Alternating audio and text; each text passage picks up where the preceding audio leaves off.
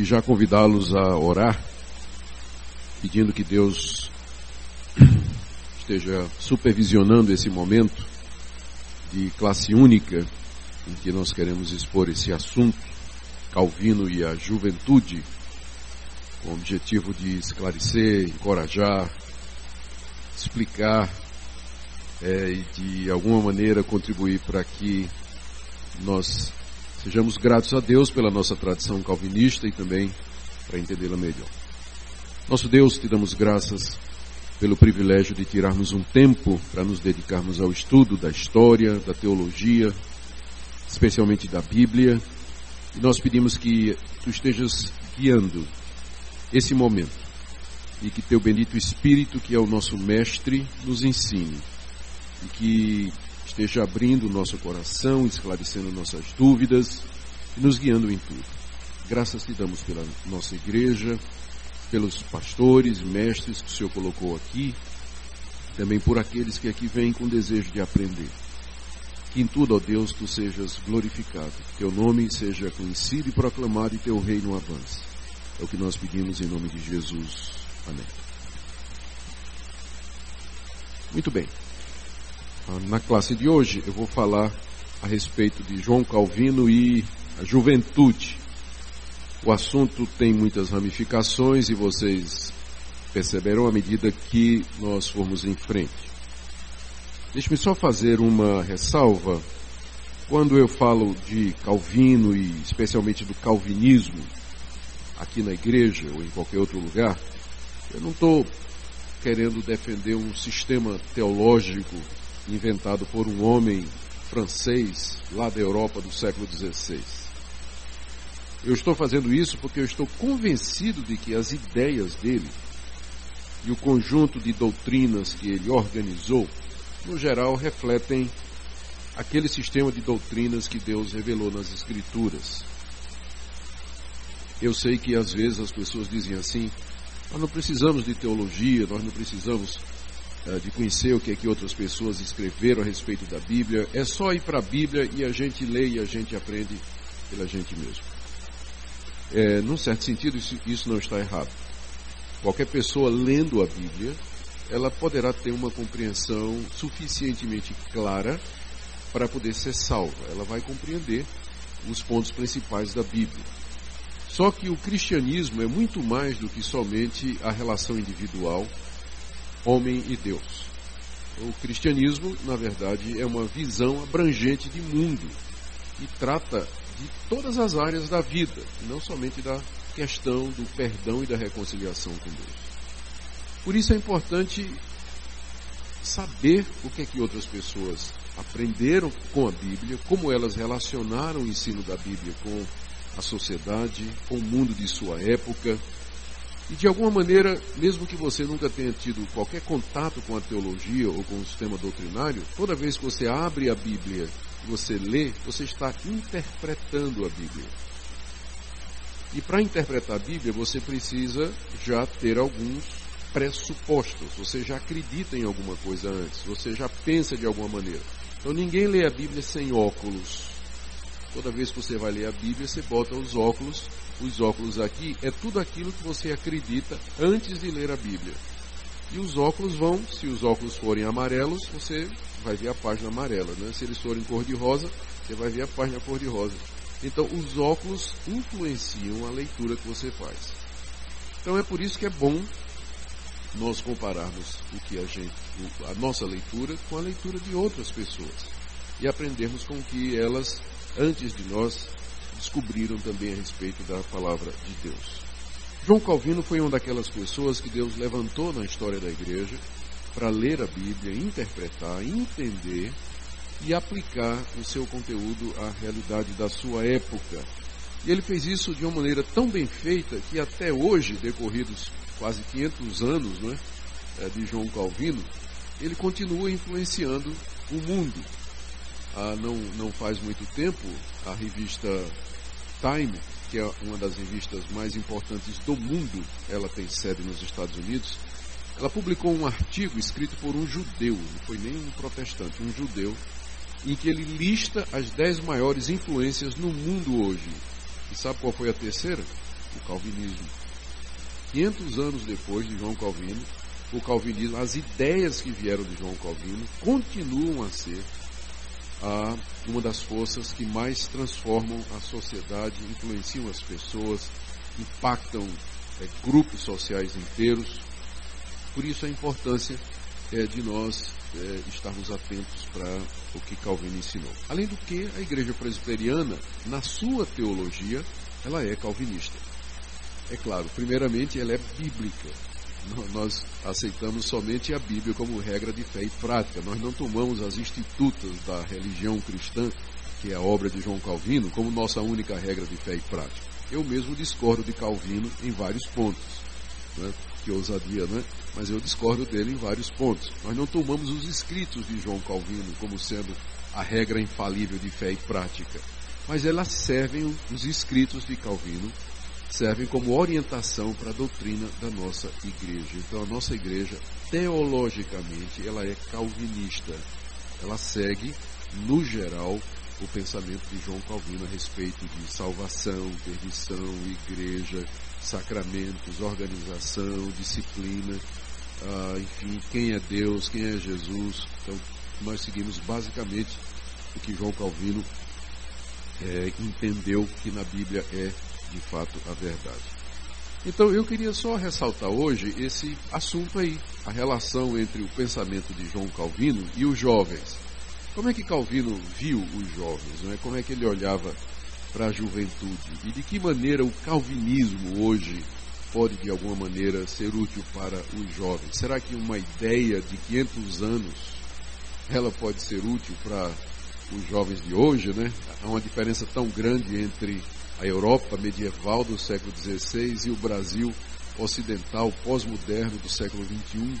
Será que tem alguma coisa boa de lá que possa chegar aqui? Eu acredito que sim. Então, meu alvo hoje é falar com vocês a respeito disso aí, tá bom? No final eu vou dar oportunidade para perguntas, e aí vocês podem me ajudar a esclarecer alguma coisa sobre esse assunto. Bom, deixa eu começar falando um pouquinho como era a juventude na época de Calvino. E aqui nós estamos falando da Europa, da Idade Média, do século XVI. Bom, naquela época a infância terminava bem mais cedo para as crianças e para os adolescentes. Havia basicamente só duas classes sociais. Os ricos, que eram extremamente ricos, e os pobres, que eram extremamente pobres. Esse fenômeno da classe média surge muito tempo depois. Mas naquela época, a estratificação social compreendia dois extremos. Acima havia os ricos, os nobres, os aristocratas, os políticos, os governantes, os reis, os poderosos, os latifundiários. E na parte de baixo havia o pobre, o artesão, o soldado, o desprovido, o desvalido, viúvas, órfãos. E no meio, pouco ou nada. Bom, nas famílias de classe alta, as meninas geralmente se casavam aos 12 anos. E os meninos aos 14. E esses casamentos, eles não eram assim, de livre e espontânea vontade. Eles eram geralmente políticos e eram arranjados pelos pais, que visavam unir fortunas, resolver conflitos políticos, aumentar propriedades, dividir heranças, então, ou juntar heranças. Então, esses casamentos, eles eram todos arranjados. E aos 12, 14 anos, você já provavelmente estaria casado. Por um lado era ruim, mas por outro, eu tenho certeza que muita gente hoje preferia estar casada aos 12, né? Do que não casar de maneira nenhuma. Então, tinha vantagens e desvantagens. Bom, já os jovens de famílias pobres, eles podiam escolher com quem ia se casar, porque o casamento deles não ia mudar nada financeiramente, né? Não ia alterar nada, não ia aumentar a herança, não ia resolver problema político. Então os pobres, eles tinham mais opções, né? Podiam escolher com quem casar. Mas já aos 7, 8 anos, eles tinham que começar a ajudar os pais em casa a fazer os trabalhos simples. Por exemplo, assustar os passarinhos da plantação, né? Para que a colheita não fosse prejudicada, ou ajudando a tecer lã, ou enfim, fazendo todos os serviços domésticos. Já aos 7, 8 anos, os meninos já estavam engajados em todo tipo de atividade doméstica. E a expectativa é que cedo aquelas crianças e jovens, eles já ajudassem a família a ganhar vida, aumentar a renda, de alguma maneira arrumassem uma atividade que ajudasse a família a sustentar. Assim, na Idade Média, os jovens eram considerados adultos já aos 16 anos. Aos 16 anos a vida já estava resolvida. Quer fosse de classe alta ou classe pobre, já teria que ter um encaminhamento. Um pouquinho diferente de hoje, né? Quando até os 30 anos você encontra jovens que ainda meio indecisos, né? O que é que eles vão querer na vida. Mas aos 16, 15, a vida já estava resolvida para eles.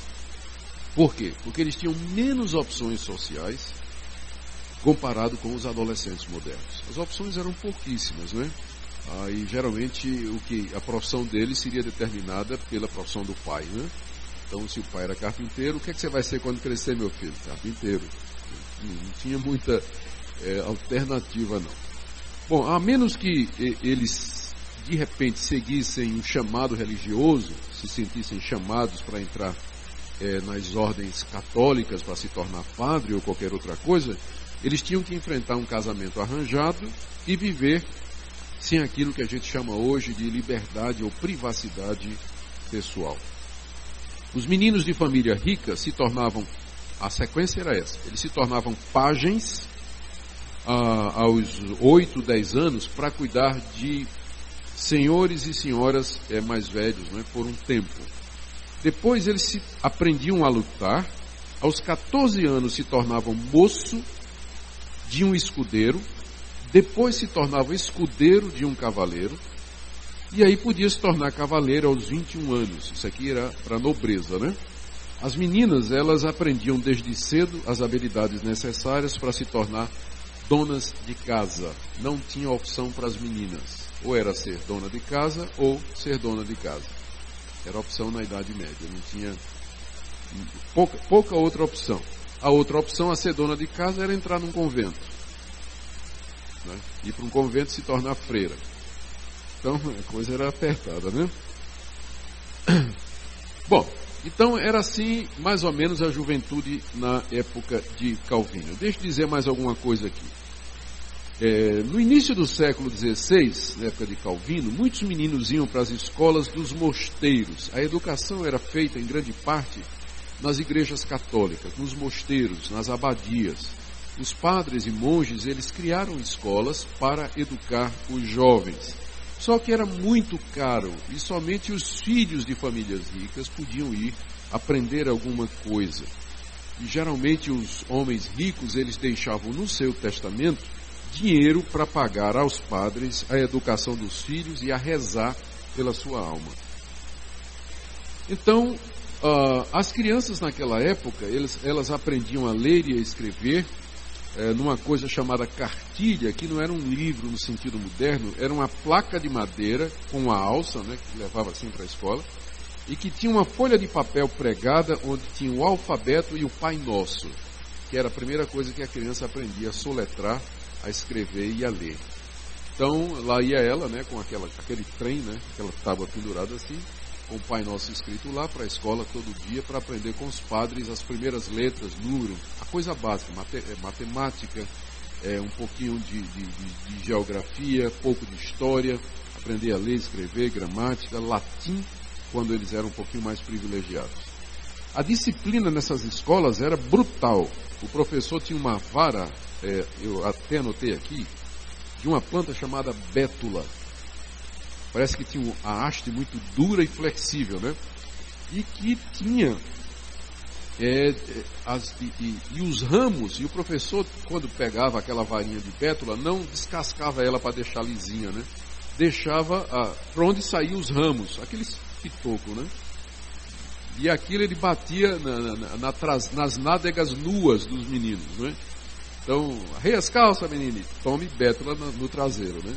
Então, era uma disciplina brutal. A coisa era violenta, o menino chegava em casa todo marcado, né? Se fosse nos dias de hoje, esses padres todos iam presos, né? Mas, em compensação, os meninos naquela época sabiam o que era obedecer, né? Bom, não sei o que é pior. Bom, de qualquer maneira, se aos 15, 16 anos, se os meninos se mostrassem brilhantes, bons alunos, estudiosos e tivessem uma recomendação ou contato político, eles poderiam ir para a universidade já aos 16 anos. E universidades, as mais cobiçadas naquela época, era a Universidade de Paris, Oxford e Cambridge, que já existiam, eram universidades muito antigas. Então, se eles eram meninos assim, destacados, né, e os pais tivessem condição, eles podiam então ir para estas universidades, enquanto que os jovens de família pobre, eles não iam para a universidade. Se eles mal terminassem a escola, a maioria não tinha, o índice de analfabetismo na Europa medieval era coisa assim na faixa de 80%, né, da população, 85% não sabia ler, nem nada, né? Então, se o menino conseguisse, pelo menos terminar a escola, os filhos dos pobres, eles não iriam para a universidade, iam ganhar a vida, sustentar a família, exercendo profissões como tecelão, agricultor, marceneiro, construtor, ferreiro, vaqueiro, pequeno comerciante, ou se alistava no serviço militar ou na marinha. Eram as opções para as crianças de classe pobre. Já os ricos, né? Eles iam para a universidade e podiam se tornar professores, advogados, magistrados, nobres e outras profissões da aristocracia. E é nessa categoria que está o nosso pequeno João Calvino. Calvino era filho de uma família nobre. Ele nasceu em 1509 em Noyon, na França. O pai dele, o pai de Calvino, era extremamente bem articulado politicamente, era um homem de condição financeira. Isso fez com que ele era muito ligado com os padres da Igreja Católica da época, o clero da cidade de Noyon. O pai de Calvino era muito bem relacionado, e assim isso deu ao menino muitas oportunidades na área educacional. Ele frequentou a escola primária e secundária lá em Noyon, junto com os sobrinhos do bispo da cidade e outras famílias, e filhos de outras famílias destacadas, e logo cedo ficou claro que ele era um estudante excepcional. Ele era um menino muito talentoso, se dedicou aos estudos, gostava especialmente das artes, da literatura, línguas estrangeiras e direito. E no comentário que ele fala sobre a sua conversão, ele escreveu esse comentário aí por volta quando ele tinha 26 anos, mais ou menos. A conversão dele se deu aí quando ele tinha, ninguém sabe ao certo, ele tinha entre 23 e 24 anos de idade. Quando aconteceu isso, o que ele diz aqui, olha: minha mente, que a despeito da minha juventude estivera por demais empedernida em tais assuntos, os assuntos que ele se refere aqui é a questão da teologia, as coisas de Deus, agora estava preparada para uma atenção séria. Por uma súbita conversão, Deus transformou-a, quer dizer, transformou minha mente e trouxe-a à docilidade. O que ele estava dizendo aqui é que durante a juventude dele, apesar dele ser um menino estudioso, dedicado a artes, humanidades e tudo, ele não tinha interesse nas coisas de Deus. Era apenas um jovem brilhante, estudioso. De repente, alguma coisa aconteceu, a gente não sabe, porque não tem informação, a gente não sabe quando, aonde, através de quem ou o quê. Mas, de repente, Calvino aparece convertido ao cristianismo. E, mais particularmente, a fé protestante que estava começando naquela época. A reforma já tinha acontecido, né? E Lutero já tinha começado o seu trabalho. Os protestantes já estavam em todo lugar causando polêmica. Já tinha começado os conflitos. O catolicismo já estava perseguindo os protestantes, e é no meio dessa situação que Calvino se converte. E se converte logo para a banda do protestante, né? Não para o catolicismo. Embora ele tenha sido criado no catolicismo, mas ele de repente se percebe ou entende que o coração dele, a mente dele, estavam abertos agora para as coisas de Deus. Aqui tem uma pequena cronologia da juventude de Calvino. Aos 14 anos, ele vai estudar filosofia e direito em Paris, por instigação do pai. O pai queria que ele fosse advogado, porque o pai era. Aos 22 anos, depois que o pai morreu, ele vai fazer o que ele queria, é estudar literatura clássica, que era o que ele tinha mais interesse. Estudou direito até enquanto o pai estava vivo, né? O pai morreu e foi fazer o que queria da vida, né? Já aos 23 anos, ele publica o seu primeiro livro, que era um comentário sobre a obra de um filósofo famoso, Sêneca, intitulada a obra de Sêneca era De Clemência. E Calvino, então, fez um comentário ao livro do filósofo aos 23 anos e publicou. Aos 23, 24 é quando ele se converte. É quando, aquela experiência que eu narrei no slide anterior. E aos 24 anos ele foge de Paris porque ele foi acusado de ser o autor de um discurso que o reitor da Universidade de Paris fez defendendo os protestantes. O pessoal olhou e disse, isso aí não é coisa do reitor não. Só tem uma pessoa aqui na Universidade de Paris capaz de escrever uma coisa dessa. É Calvino. Pega! Aí Calvino, vai embora de Paris para não morrer. Porque descobriram que ele provavelmente foi quem escreveu o sermão do reitor, né? Aos 26 anos, já fugido, aí começou a perseguição contra ele, né? Então, já fugido aos 26, ele publica a primeira edição das Institutas de Religião Cristã, uma obra que ele endereçou ao rei francês na época. Ele queria explicar ao rei o que é que os protestantes acreditavam e que a perseguição que estava sendo movida contra os protestantes era injusta, porque os protestantes não eram aquilo de que estavam sendo acusados. Eles não eram hereges, eles não eram inovadores, trazendo invenções, eles só estavam ensinando a antiga doutrina da igreja. Então ele explica, vai explicando, citando os antigos, citando os apóstolos, citando os pais da igreja, os teólogos que vieram antes dele, para mostrar que não era nada novo. Eles só estavam resgatando as antigas doutrinas da graça, né? Aos 26 anos ele publica essa primeira edição, que se tornou a obra mais conhecida dele. Passou por diversas edições, mas fundamentalmente Calvino nunca mudou de ideia. É interessante que aos 26 anos, com, vamos dizer, 2 ou 3 anos de conversão, ele já tinha a mente clara. Ele já sabia o que era, já organizou e não mudou de opinião o restante da sua vida. O que ele escreveu aos 26 anos é o que ele continuou ensinando, pregando, até pouco antes dos 60, quando ele morre. Então, realmente era uma pessoa de uma mente privilegiada, não é? Uma pessoa que tinha uma compreensão, uma maturidade bem precoce. 27 anos ele chega, aquele famoso episódio que ele chega na cidade de Genebra, apenas para passar a noite, ele está fugindo, né? Ele está querendo um local tranquilo, onde ele possa escrever seus livros, estudar e tudo mais. E aí Farel, que era o reformador que estava em Genebra, pede a ajuda dele. Ele ficar ali em Genebra e ajudar Farel na reforma protestante, né? Ali, a implementar a reforma na cidade. E Calvino, não, coisa nenhuma, eu quero achar um lugar, eu não quero me meter em briga não.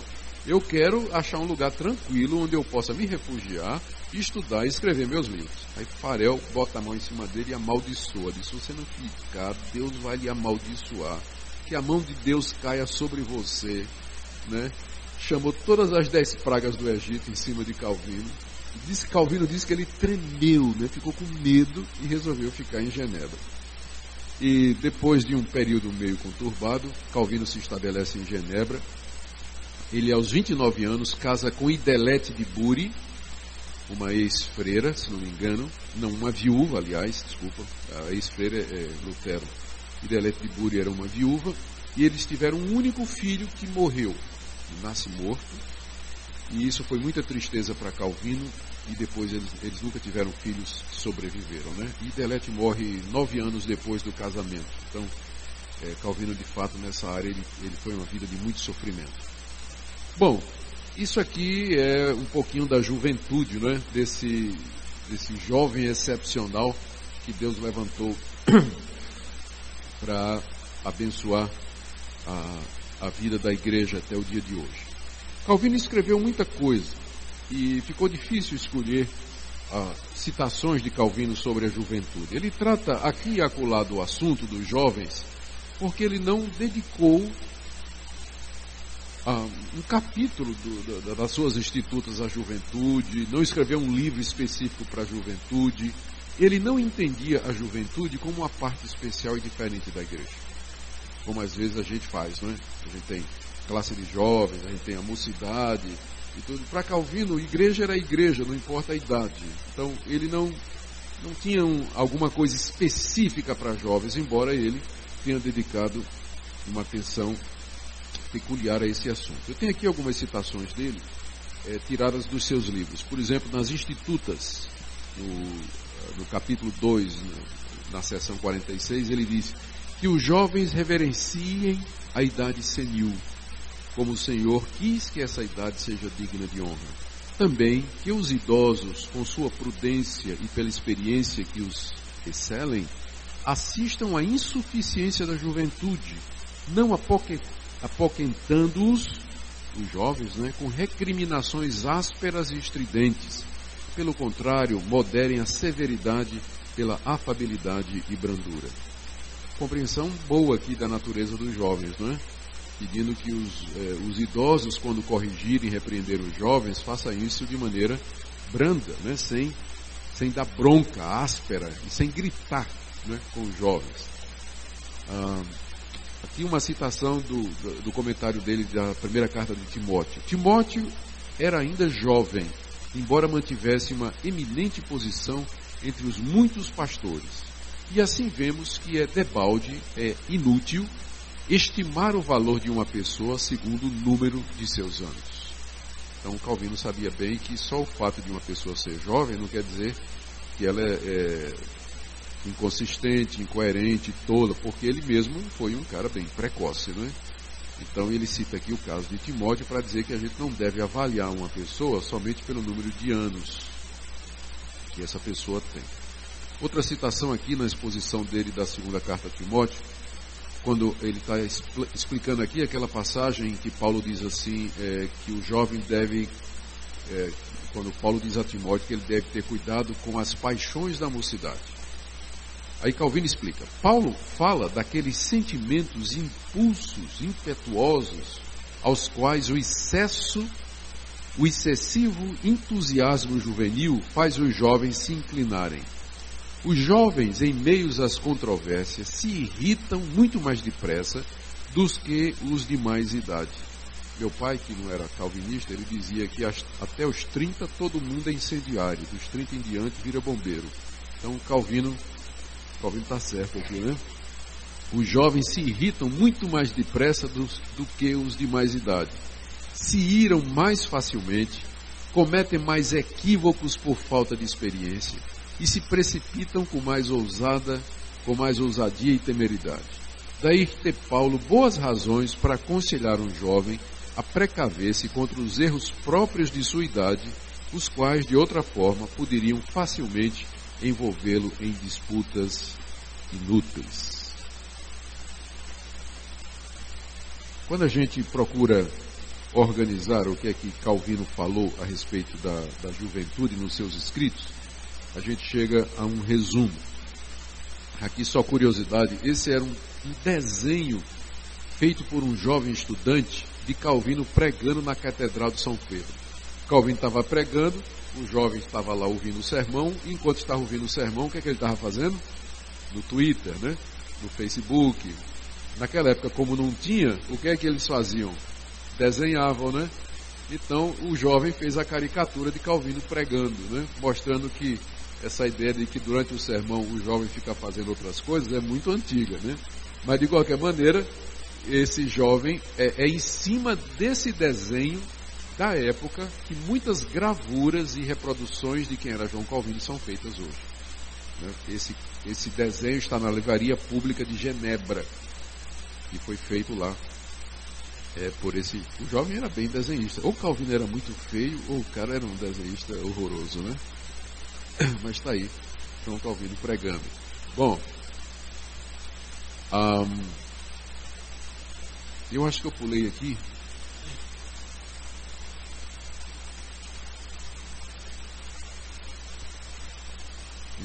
Acho que passei aqui tem um slide aqui que não mas de qualquer maneira eu tenho aqui, eu vou ler para vocês. Eu estava dizendo que eu ia fazer um resumo do que é que a gente encontra o que é que Calvino pensava sobre a juventude. Primeiro, que os jovens sempre deveriam respeitar os mais velhos. Isso aí você encontra claro. Toda vez que Calvino trata desse assunto, ele segue o posicionamento bíblico, que a Bíblia ensina que os jovens devem honrar não somente os seus pais, mas devem honrar aqueles que são mais velhos.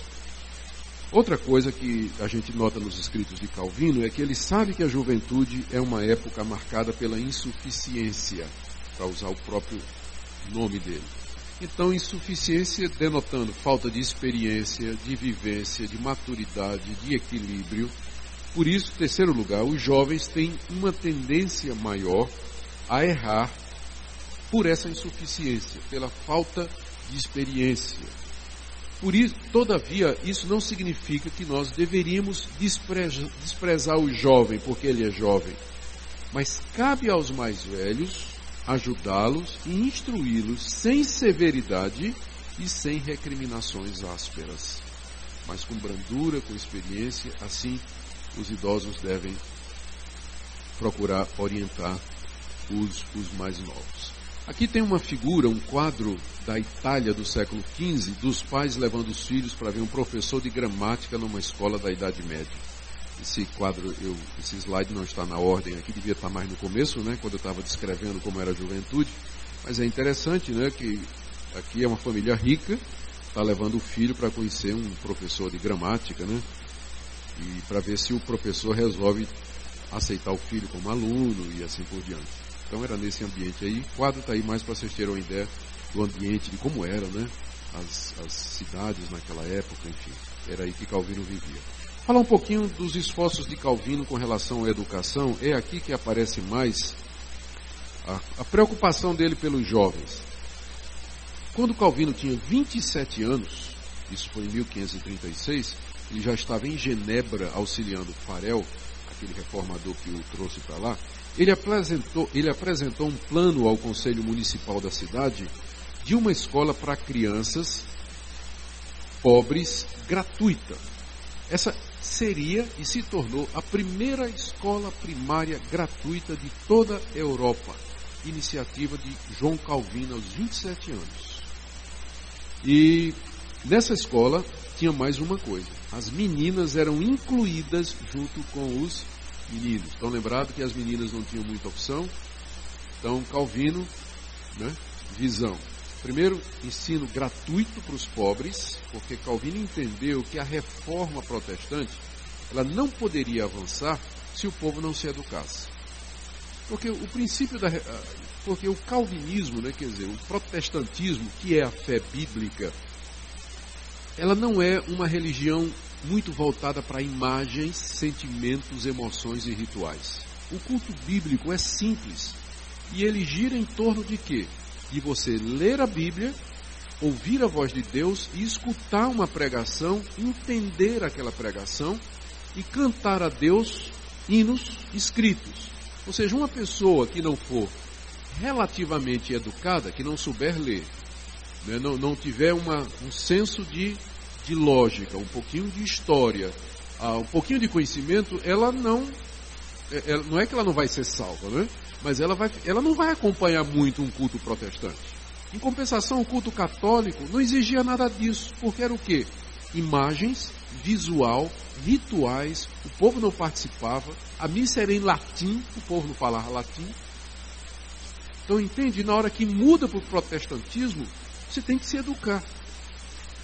Calvino entendeu isso. Então, ele entendeu que para que a fé reformada avançasse, o protestantismo, né, a fé bíblica avançasse, as pessoas tinham que ler a Bíblia. Elas tinham que entender. Então ele disse, o caminho é promover educação. E sem promover educação, não vai adiantar muito não. Então ele diz, bom, então vamos começar resolvendo aqui. Vamos abrir uma escola que seja gratuita para os pobres, e as meninas também são filhas de Deus. Elas têm que aprender a ler, têm que aprender tudo. Então as meninas também podem entrar. Né? Aquilo foi uma revolução na época, né? Mas foi a primeira escola primária gratuita da Europa, onde também as meninas poderiam entrar. Então foi por iniciativa de João Calvino. Mas Calvino tinha um alvo muito maior. O que ele queria, na verdade, era fundar uma universidade para preparar os pastores, os líderes, os teólogos da reforma e preparar também os jovens para servirem a Deus em todas as áreas da vida. Ele entendeu que, ele percebeu as implicações do cristianismo bíblico e que era importante não somente que as pessoas se convertessem, mas que elas fossem capazes de aplicar o entendimento da Bíblia em todas as áreas. Se eles eram advogados, se eles eram políticos, se eles eram nobres, se eles eram príncipes, eles precisariam relacionar, integrar a fé bíblica àquilo que eles estavam fazendo. Então, para isso era necessário que você tivesse advogados, professores, mestres, que fossem capazes. Então, ele estava pensando na universidade. Por falta de dinheiro, na cidade de Genebra, Calvino não conseguiu abrir uma universidade em Genebra. Mas ele conseguiu abrir a famosa Academia de Genebra. A famosa Academia de Genebra. Está aí a Academia de Genebra, essa gravura aí, não é? Que foi fundada por João Calvino. Essa academia, alguns anos depois, ela vai virar realmente a Universidade de Genebra, que existe até hoje. A Universidade de Genebra, que existe hoje, lá em Genebra, na Suíça, ela começa com a academia, criada em 1559, que essa academia, ela logo se tornou famosa na Europa, a ponto do historiador Charles Bourgeot, antigo professor da Universidade de Genebra, dizer o seguinte, que aquela foi a primeira fortaleza da liberdade nos tempos modernos. A primeira fortaleza da liberdade nos tempos modernos foi a Academia de Genebra, fundada por João Calvino. Agora, dá uma olhada no currículo. Se você fosse um jovem protestante naquela época e quisesse ir para a universidade, a Academia de Genebra, olha o que é que você ia estudar? Retórica, música, lógica, francês, gramática latina, latim, literatura grega, Novo Testamento, dialética, estudo dos clássicos. Vê só, né? Hoje mal a gente fala português, né? Não é sem razão que se dizia naquela época que os meninos de Genebra falavam latim como os doutores da Universidade de Paris. Os meninos de Genebra falavam latim como os doutores da Universidade de Paris. Né? O currículo da academia, que foi bolado por Calvino, enfocava não somente as artes, a teologia, mas também ciências. Então incluía um pouco de astronomia, não astrologia, tá? Astronomia, física, química e outras noções básicas daquela época. E veio a se tornar modelo para as outras escolas da Europa. Bom, eu quis com isso mostrar para vocês como esse jovem que foi levantado por Deus para mudar o mundo,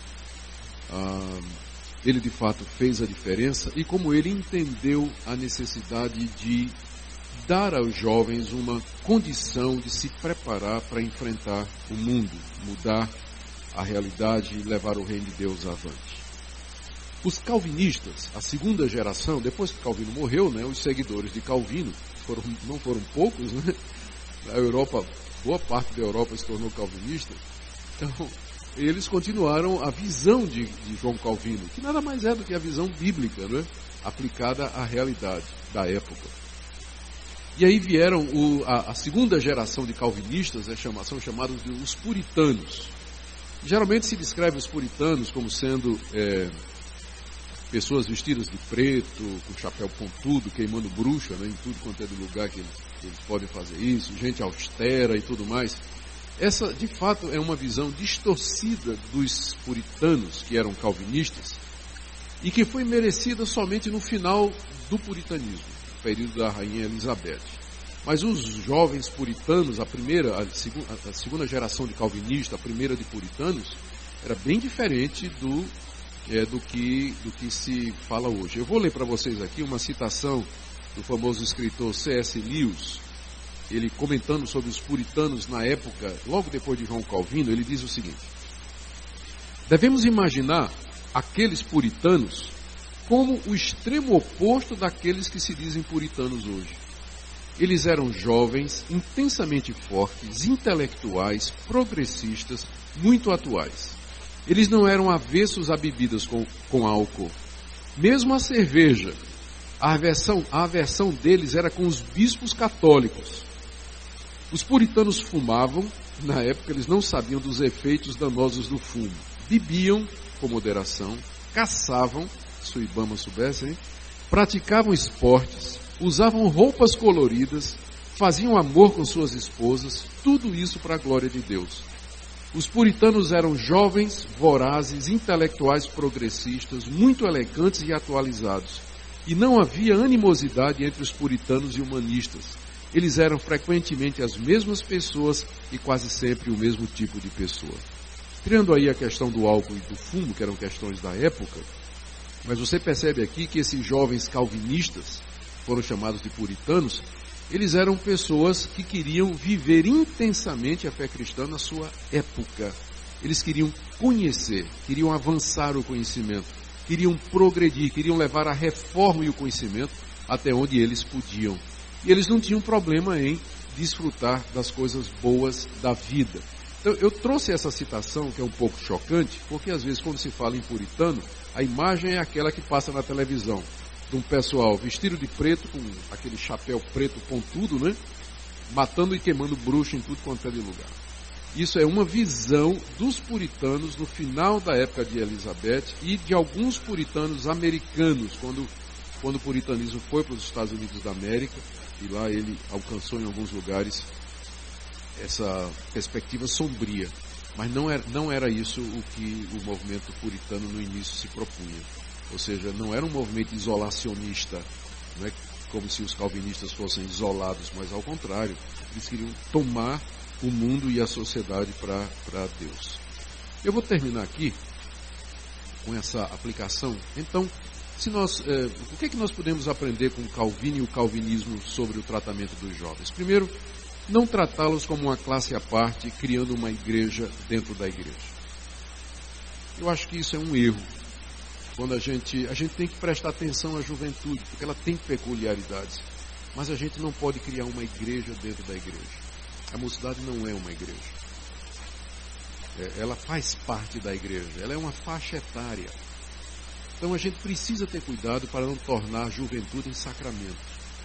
E fazer da juventude uma coisa diferente ou diferenciada, dar um tratamento diferente do que daria aos demais membros da igreja. Então, na perspectiva calvinista, essa é uma invenção moderna.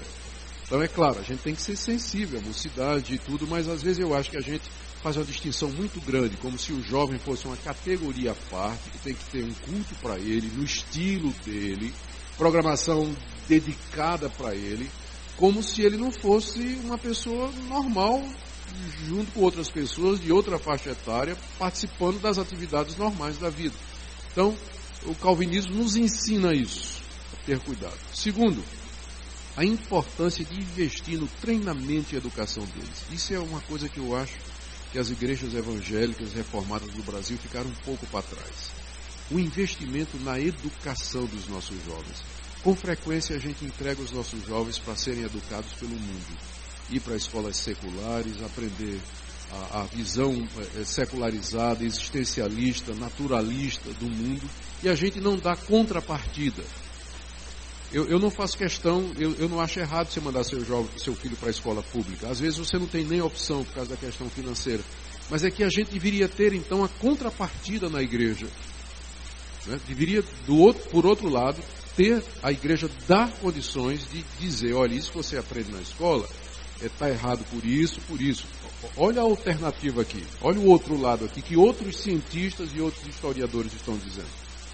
Por exemplo, os jovens vão para a escola pública, aprendem que o evolucionismo é verdade, porque a ciência diz que tudo veio através do sistema da evolução. Só que não é bem assim, não é? Só que não é bem assim. E às vezes a gente na igreja não dá o outro lado, que a evolução é uma teoria que já passou por 3 grandes mudanças, está para viver a 4ª mudança agora, muito grande, porque não consegue explicar as informações novas que estão sendo trazidas pela biogenética. Enfim, então o jovem fica... Então, ao contrário de Calvino entendeu que a educação dos jovens era a chave para fortalecer a reforma e levar o reino de Deus avante. Isso era uma coisa que a gente tinha que fazer mais. E prepará-los para servir a Deus em todas as áreas da sociedade. É outra coisa que a gente aprende. Então, o calvinismo, ele traz respostas para essas questões que mais afligem os jovens, que estão aí relacionadas, né? Então, essas são algumas das perguntas que mais deixam os jovens preocupados. Então, por exemplo, a questão de uma carreira. Qual a carreira que eu vou seguir? Que caminho eu vou seguir? O calvinismo oferece para os jovens o conceito do sacerdócio universal dos santos e que Jesus é Senhor de todas as áreas da vida e que nós podemos servir em qualquer profissão digna. Na visão calvinista, qualquer profissão digna você está servindo a Deus. Não importa se você vai servir a Deus como um advogado, um médico, um engenheiro, ou como um garçom, ou como, enfim, uma secretária de uma pequena indústria ou de uma pequena empresa. Se é um trabalho digno, é tão importante para Deus quanto esses trabalhos que geralmente recebem maior visibilidade. Porque o trabalho é um dom de Deus, e Deus nos chama para o trabalho. E é Deus quem nos manda trabalhar e ganhar a vida com honestidade para poder ter o nosso sustento e ajudar as outras pessoas também. Então a visão calvinista de trabalho e de vocação orienta os jovens, traz uma orientação boa para os jovens nesse sentido. A mesma coisa com relação a casamento, família e filhos, porque o calvinismo destaca a aliança como base do casamento e do relacionamento de Deus com nossos filhos. Que Deus tem uma aliança não somente conosco, mas com os nossos filhos. Dentro da perspectiva calvinista, a família recebe um destaque muito importante, porque ela está no centro dessa aliança. Deus tem uma aliança não somente comigo, mas também com os meus filhos. Então, Ele será não somente comigo, mas com a minha descendência. Então, eu tenho promessas da parte de Deus, às quais eu posso me apegar e com as quais eu posso argumentar com Deus em oração pelos meus filhos. Outra questão que os jovens sempre perguntam: o que é que eu posso aproveitar do mundo? Ser cristão significa viver isolado, sem ter relacionamento nenhum?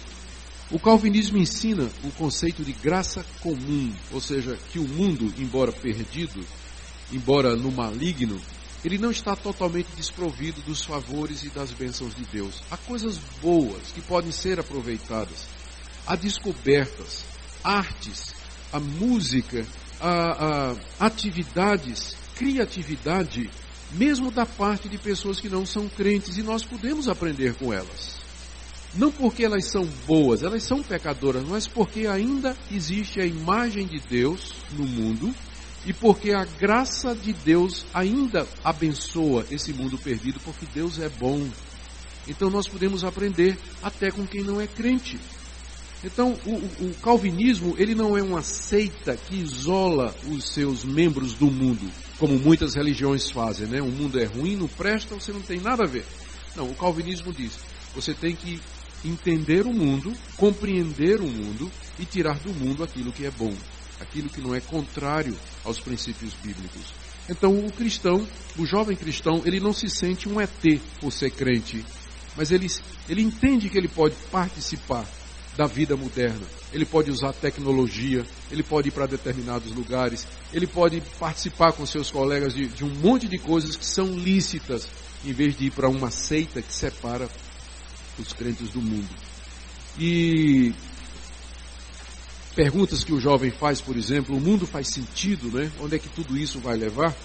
Para nós, Deus é plenamente soberano e controla totalmente o universo, embora isso não tire as nossas responsabilidades. O conceito da soberania de Deus, de um Deus que controla a história, está no governo de todas as coisas, isso é bom para o jovem que está com perguntas. Ele não sabe o que é a vida, o que fazer da vida, como é que as coisas funcionam. O calvinismo traz respostas muito boas para tudo isso. É impressionante, né, que o fato de que a grande maioria dos que se interessam pelo calvinismo hoje são jovens das igrejas e pastores jovens de todas as denominações. Eu estou nas mídias sociais, né, no Facebook, Twitter, blog, internet, prego Brasil afora. Esse ano passado eu preguei perto de 200 vezes em lugares diferentes aqui no Brasil, do norte ao sul, né, do Amazonas ao Rio Grande do Sul. E onde eu vou, eu encontro interesse pelo calvinismo. Gente, a quantidade de jovens pentecostais que me mandam um e-mail dizendo: eu agora sou calvinista, o que é que eu faço? Ainda ontem mesmo um mandou pelo Twitter dizendo: pastor, eu sou o mais novo calvinista, e agora? Aí eu respondi dizendo: você está perdido, essa doença é incurável.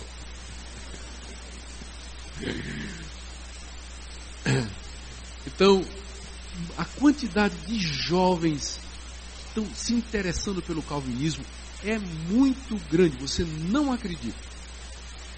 E esses jovens, eles estão encontrando na teologia calvinista resposta para indagações que eles não encontraram em outras linhas teológicas, porque eles cansaram da superficialidade, cansaram de não ter respostas, eles estão desafiados por um conhecimento mais sério e mais profundo das coisas de Deus, e de repente eles estão descobrindo os blogs calvinistas, estão descobrindo a literatura calvinista. Só para vocês terem uma ideia, o ministério desses 3 homens que eu estou mostrando aí, o Mark Driscoll, John Piper, Tim Keller, estes são considerados os 3 principais defensores do chamado novo calvinismo hoje. Aliás, o nosso pastor, o reverendo Leandro, ele tem um blog só sobre o novo calvinismo. É que ele não divulga muito, mas eu vou pedir para ele, viu, reverendo Leandro? Para depois o senhor divulgar o blog sobre o novo calvinismo, tá certo? Dizer onde é que ele está na internet. O nosso pastor vem estudando essa matéria, escreveu longamente sobre essa matéria. O interesse que a juventude hoje vem tendo no calvinismo. Então, você hoje, esses nomes aí, eles são extremamente conhecidos pelos jovens que estão nas mídias sociais. Eles investem, esses 3 investem muito em publicações na internet, vídeos no YouTube, mensagens constantes no Twitter, no Facebook, porque é onde os jovens estão hoje. É onde eles estão hoje, nas mídias sociais. Então esse pessoal tem investido bastante nisso aí. Eu estive na conferência Fiel o ano passado, em Águas de Lindóia, onde estava o John Piper. Tive o privilégio de ser um dos preletores, juntamente com o John Piper. 2.800 pessoas. E quer saber? A grande maioria era de jovens. Se reuniram durante uma semana para ouvir exposições bíblicas e para ouvir falar a respeito das grandezas de Deus a partir da visão cristã de mundo. É por isso que quando eu falo do calvinismo, eu falo com um certo entusiasmo, né? E porque não está morto não, gente, está muito. As ideias desse jovem João Calvino, de 500 anos atrás, continuam a mexer com o mundo hoje. Como continua a mexer com o mundo hoje. Então, eu espero que essa minha palestra tenha encorajado. Isso aí é para você, se quiser depois mandar um e-mail ou interagir comigo, você me encontra aí com facilidade. Então, eu estou trazendo essa palestra aqui hoje com o objetivo de encorajar a nossa juventude a conhecer um pouco mais da sua herança, certo? Eu sei que hoje muitos jovens estão indo buscar em outras linhas, não é? Batista da Lagoinha, esses livros de autoajuda, o pessoal fica doido atrás desses movimentos aí. Que tal você conhecer um pouco a sua herança do movimento que realmente mudou o mundo e está mudando o mundo? E mais um pouquinho para isso, a fundo, ler boa literatura, ir atrás de blogs e livros que tratam desse assunto. Segundo, nos despertar para isso, da necessidade de nós instruirmos os nossos jovens e darmos a eles condição de prosseguir na vida e levar avante ou construir mais uma geração de crentes bíblicos, de uma igreja firmada na palavra de Deus. Que Deus nos ajude, meus irmãos, e nos abençoe como igreja calvinista que nós somos e queremos continuar a ser. Alguma pergunta? Só oportunidade para uma ou duas perguntas para a gente terminar. Diga, jovem.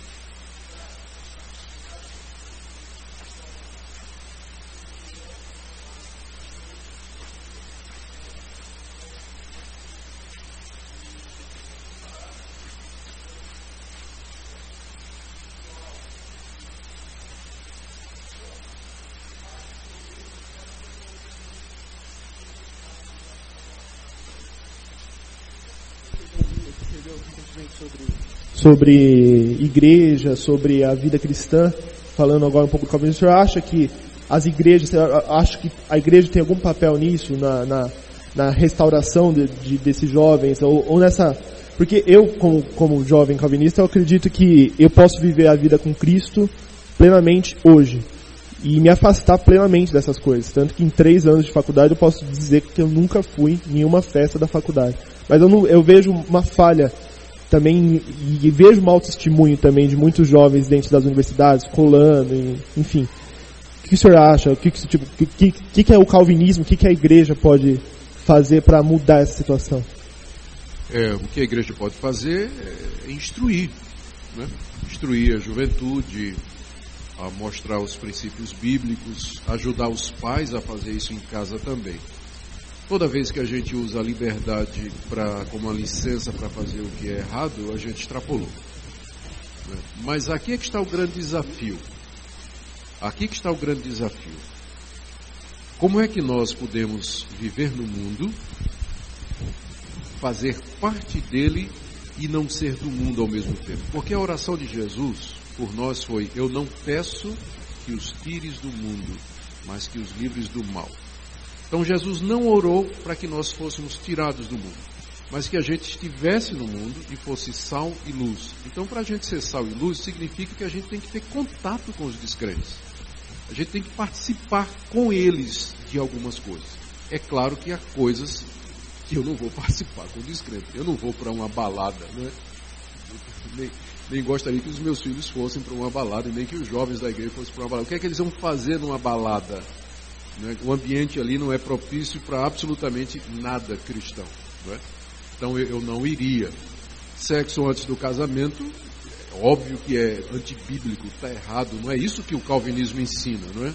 Ou nenhuma, não é nem o calvinismo, isso, não é isso que nenhuma igreja séria, não precisa nem ser calvinista, ensina, né? Basta ler a Bíblia para saber que isso está errado.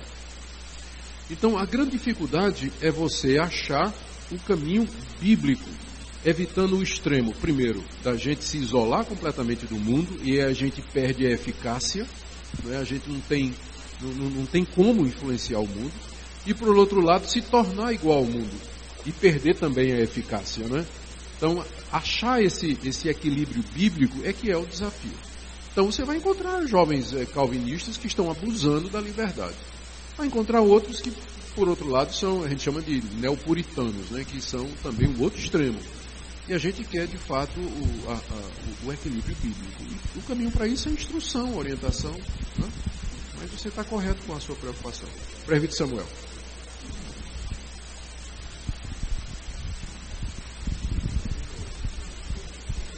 Pastor, seria de Calvino aquela expressão de que ao lado de cada igreja deveria haver uma escola? Não creio que essa é uma expressão dele, mas com certeza fazia parte da filosofia dele, da visão de mundo dele. Eu estou levantando essa questão porque algum tempo atrás houve uma sugestão no conselho, isso já é na época do reverendo Alceu, de que nós tivéssemos aqui na igreja uma escola de primeiro grau. Na época, nós, por uma série de circunstâncias, não conseguimos realizar esse projeto.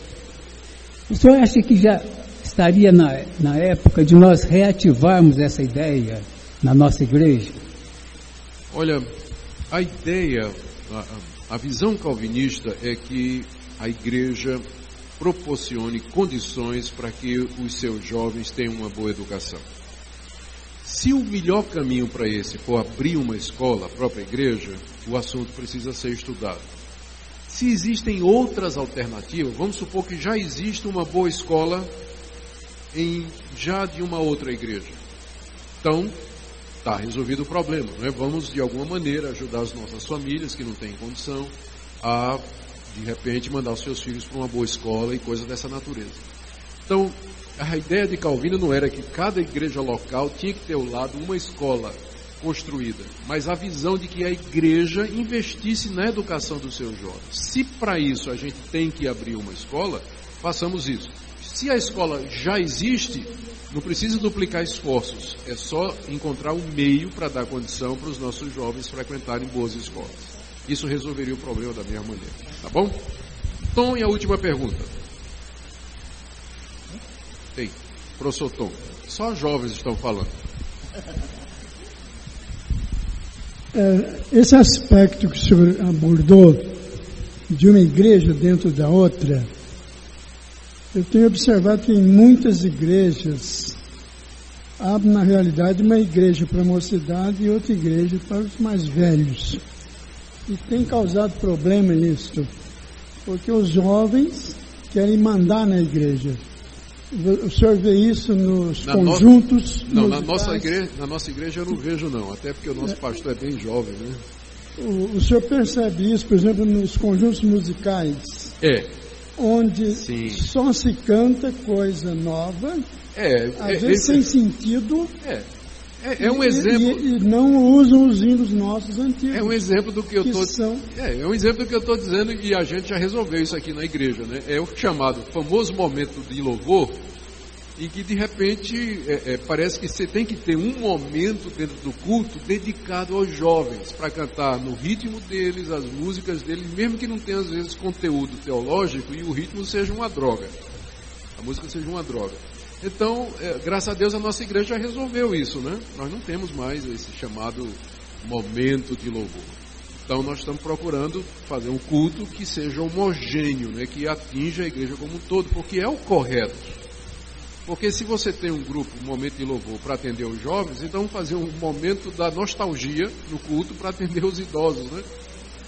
Vamos cantar os hinos da década de 40, de 50... Por que não? Porque só os jovens têm esse privilégio. Ou então no culto também tem um momento infantil.